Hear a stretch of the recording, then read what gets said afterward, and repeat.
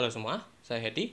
Kali ini kita akan bahas cara mencari rasio ROE atau Return of Equity, atau dalam bahasa Indonesianya pengembalian ekuitas atau modal.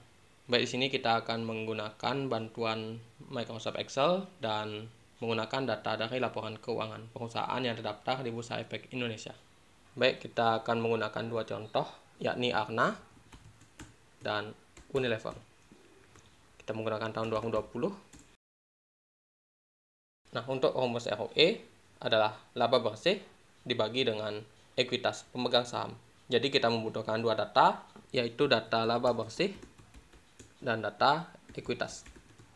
Jadi kita langsung saja buat rumusnya di sini, yakni laba bersih dibagi dengan ekuitas. Untuk satuan ROE-nya kita gunakan persen, dan untuk laba bersih dan ekuitasnya kita gunakan satuan rupiah. Baik, kemudian kita membuka browser, membuka situs resmi IDX, yakni idx.co.id.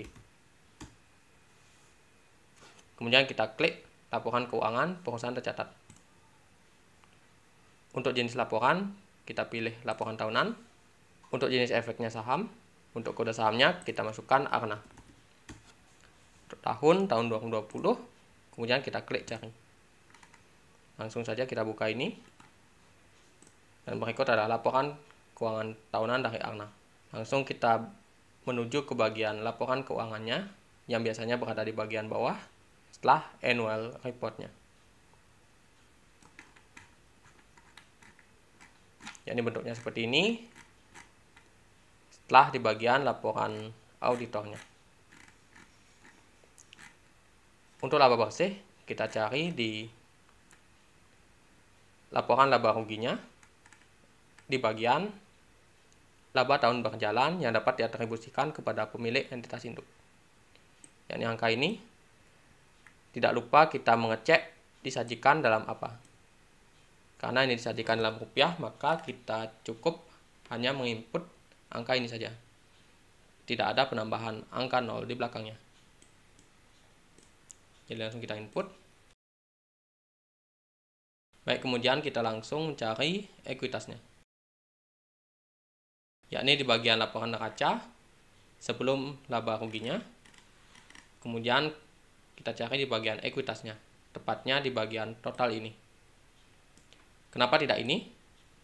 Karena total ekuitas ini merupakan total ekuitas yang sudah termasuk kepentingan non-pengendali.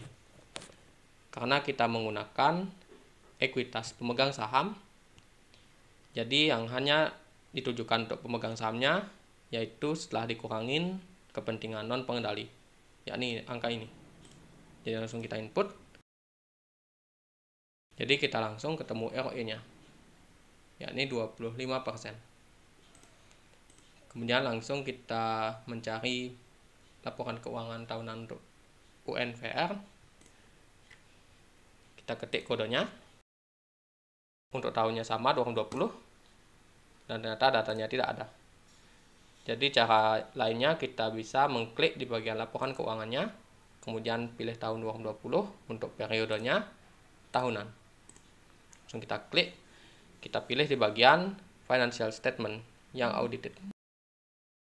Nah, berikut adalah laporan keuangannya yang tanpa berisi annual report-nya. Jadi langsung kita menuju laporan laba ruginya.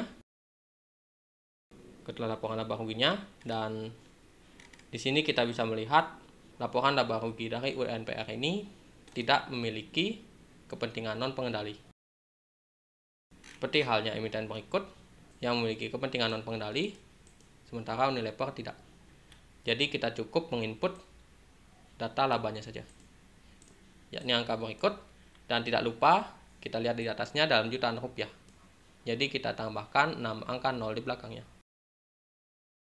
Dan untuk ekuitasnya juga sama, tidak memiliki kepentingan non-pengendali, jadi kita langsung saja menginput jumlah ekuitasnya.